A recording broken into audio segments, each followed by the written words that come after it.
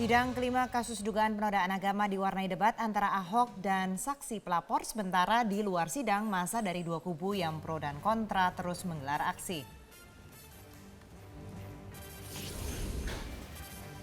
Ketua DPR Setia Novanto diperiksa KPK sebagai saksi kasus korupsi IKTP.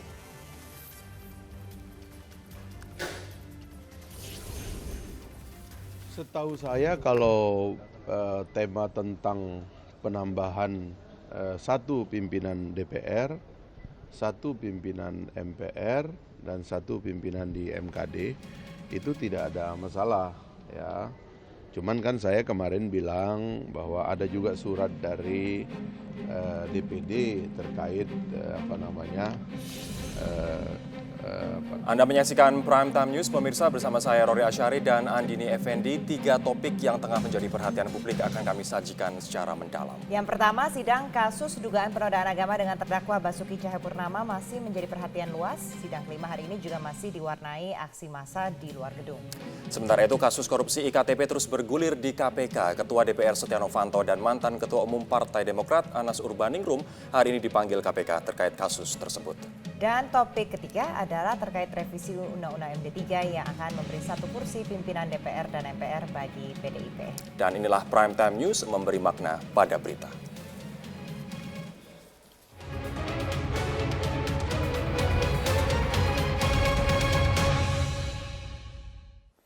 Empat saksi dihadirkan dalam sidang kelima kasus dugaan penodaan agama dengan terdakwa Basuki Cahayapurnama. Dan kita akan bergabung dengan reporter Egit Hapsari dari Auditorium Kementerian Pertanian Jakarta. Egit, sejauh ini sudah berapa saksi yang memberi keterangannya di sidang? Rory, saat ini saksi ketiga yakni Muhammad Burhanuddin tengah memberikan keterangan di depan majelis hakim.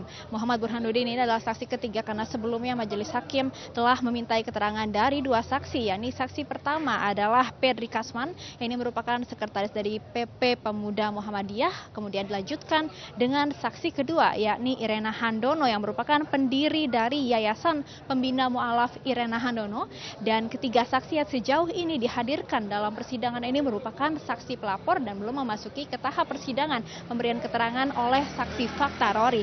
Jika kita lihat latar belakang dari saksi ketiga ini yakni Muhammad Burhanuddin. Muhammad Burhanuddin ini merupakan seorang saksi pelapor yang berprofesi sebagai advokat atau pengacara, dan sebelumnya ia pernah menjadi advokat atau kuasa hukum bagi sejumlah tokoh, yakni salah satunya adalah Farhad Abbas terkait dengan pra-peradilannya dengan musisi Ahmad Dhani. Selain itu, Muhammad Burhanuddin ini juga pernah menjadi kuasa hukum bagi anggota DPR fraksi Demokrat Iputu Sudiartana yang kini telah menyandang status sebagai tersangka kasus suap atas OTT di Komisi Pemberantasan Korupsi atau KPK. Selain itu, jika kita dapat review saksi kedua, karena Muhammad Burhanuddin ini baru saja memberikan keterangan 1 jam yang lalu, Rory, di saksi kedua tadi yakni Irena Handono ada sejumlah poin penting yang juga menarik yang kami catat selama persidangan yang kurang lebih berlangsung selama 4 jam tadi di depan majelis hakim. Irena Handono menegaskan kembali bahwa ia melaporkan Gubernur DKI Jakarta nonaktif Basuki Cahayapurnama karena ia menilai bahwa Ahok telah menistakan agama sebagaimana pernyataan yang mengenai surat Al-Maidah ayat 51 di Kepulauan Seribu pada September 2016 lalu. Dan dalam berita acara pemeriksaannya, Irena Handono juga menegaskan kembali bahwa terlepas dari kata pakai ataupun tidak, ia menilai bahwa Ahok telah menistakan agama yang yakni ayat suci Al-Quran yang notabene adalah agama lain, sehingga ia pun keberatan dengan hal tersebut. Lantas apa yang menjadi dasar dari laporan Irena Handono, Rory? Ia mengatakan bahwa ia sebenarnya pertama kali melihat video dari Ahok sendiri dari WhatsApp lalu ia kemudian mencari lagi dengan menggunakan situs YouTube atau laman YouTube, dan ia menemukan video berdurasi 48 menit yang ini sebenarnya bukan video penuh atau video asli yang berdurasi sebenarnya 1 jam 48 menit. Namun di sini saat ia memberikan keterangan di depan majelis hakim tadi sempat diwarnai perdebatan antara kuasa hukum Basuki Cahayapurnama dengan Irena Handono, karena kuasa hukum dari Ahok sendiri meragukan validitas dari keterangan Irena Handono lantaran beberapa kali kuasa hukum menanyakan tentang latar belakang dan juga data diri dari Irena Handono, namun berkali-kali pula Irena Handono mengelak dan juga enggan memberikan keterangan mengenai latar belakangnya seperti sekolah dan juga keluarga. Selain itu ada juga sejumlah hal yang dipermasalahkan oleh kuasa hukum Ahok, karena kuasa hukum Ahok ini menilai bahwa dalam keterangannya tadi Irena Handono telah menyebarkan fitnah, yakni tadi Irena Handono sempat mengatakan bahwa saat menjadi gubernur Basuki Cahayapurnama atau Ahok ini telah merobohkan masjid dan juga telah melarang siswa sekolah untuk mengenakan jilbab, dan hal ini dinilai oleh kuasa hukum Ahok tidak berdasar, dan bahkan kuasa hukum tidak tinggal diam, akan melaporkan keterangan ini ke Polda Metro Jaya dalam waktu dekat. Rory? Egit, dengan Andini di sini fakta persidangan apa yang diperoleh dari saksi sebelumnya? Ini juga kita lihat dari keterangan saksi pertama, yakni Perdi Kasman yang merupakan sekretaris dari PP Pemuda Muhammadiyah. Ada sejumlah poin juga cukup penting dan menarik yang kita catat, yakni di depan majelis hakim. Sama seperti saksi lainnya, ternyata Perdi Kasman ini tidak melihat secara langsung pidato yang disampaikan oleh Ahok di Kepulauan Seribu, melainkan ia hanya menyaksikan melalui WhatsApp, dan juga ia ternyata melaporkan Ahok kepada polisi atas instruksi dari Ketua PP Muhammadiyah, yakni Daniel Azhar. Selain itu ada sejumlah fakta persidangan juga yang terungkap dari pemeriksaan saksi pertama, yakni Perdi Kasman ini, yakni ia ternyata melaporkan Ahok sebelum Majelis Ulama Indonesia atau MUI mengeluarkan fatwa penistaan agama. Dan selain itu kuasa hukum Ahok juga menyatakan akan mempertimbangkan kembali untuk melaporkan Perdi Kasman ini, karena kuasa hukum Ahok menilai pernyataan dari Perdi Kasman ini subjektif dan tidak berdasar. Andini.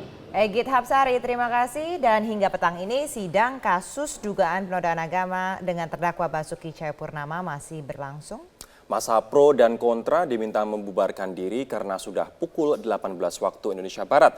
Kita akan ikuti laporan reporter Eva Wondo dari luar Gedung Kementan, Jakarta. Eva, apakah masa sudah membubarkan diri? Rory, saat ini kelompok massa, baik kelompok massa dari kelompok yang pro dan juga kelompok yang kontra terhadap Ahok, sudah membubarkan diri. Tadi massa sudah mulai membubarkan diri sejak pukul 17.30 waktu Indonesia Barat. Ini sesuai dengan arahan dari Kapolda Metro Jaya Irjen Pol M. Iriawan yang tadi juga memantau langsung bagaimana jalannya sidang kelima Gubernur Nonaktif DKI Jakarta Basuki Cahayapurnama atau Ahok, bahwa dikatakan massa ini harus membubarkan diri yaitu pukul 18 waktu Indonesia Barat. Ini pun juga sesuai dengan aturan undang-undang yang berlaku, yaitu Undang-Undang Nomor 9 Tahun 2008, bahwa aspirasi atau penyampaian aspirasi di depan publik hanya boleh dilakukan sejak pukul 6 pagi hingga pukul 18 waktu setempat. Sejak pagi kami memantau massa saat berorasi hingga massa membubarkan diri ini berlangsung dengan aman, tertib dan juga kondusif. Rory. Eva Wondo melaporkan langsung dari depan Gedung Kementan di Jakarta. Terima kasih atas laporan Anda. Sidang penistaan agama dengan terdakwa Basuki Cahayapurnama atau Ahok memasuki tahap pembuktian dengan menghadirkan keterangan saksi. Namun kuasa hukum Ahok mempertanyakan kredibilitas kehadiran saksi pelapor pada sidang keempat dan juga kelima di Auditorium Kementerian Pertanian Jakarta.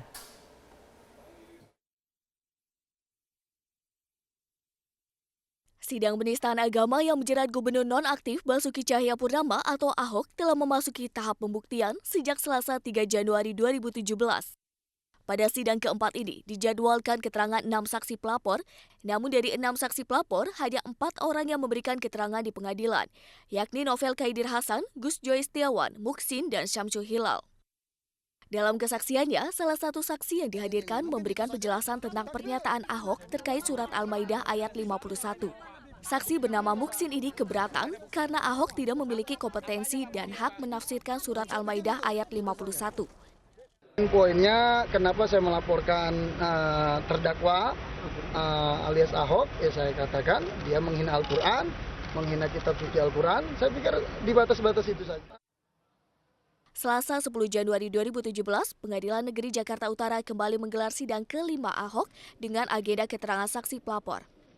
Kali ini, dari 5 saksi yang dijadwalkan hadir oleh Jaksa Penuntut Umum, hanya 4 yang dapat memberikan keterangan, yakni Pedri Kasman, M. Burhanuddin, Wilyudin Abdul Rashid Dadi, dan Irena Handono.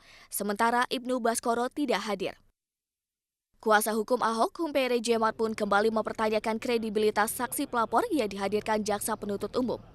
Untuk BAP yang tidak sinkron ini, ya tentu kita nanti akan meneliti lebih lanjut, ya apakah dia tidak sinkronnya karena dia pakai itu video yang diunggah oleh Bu Yani. Nah kalau memang ternyata itu dari Bu Yani, tentu ini menjadi dasar untuk adanya keterangan palsu dia di pengadilan. Akan ada proses hukum terhadap saksi Pedri.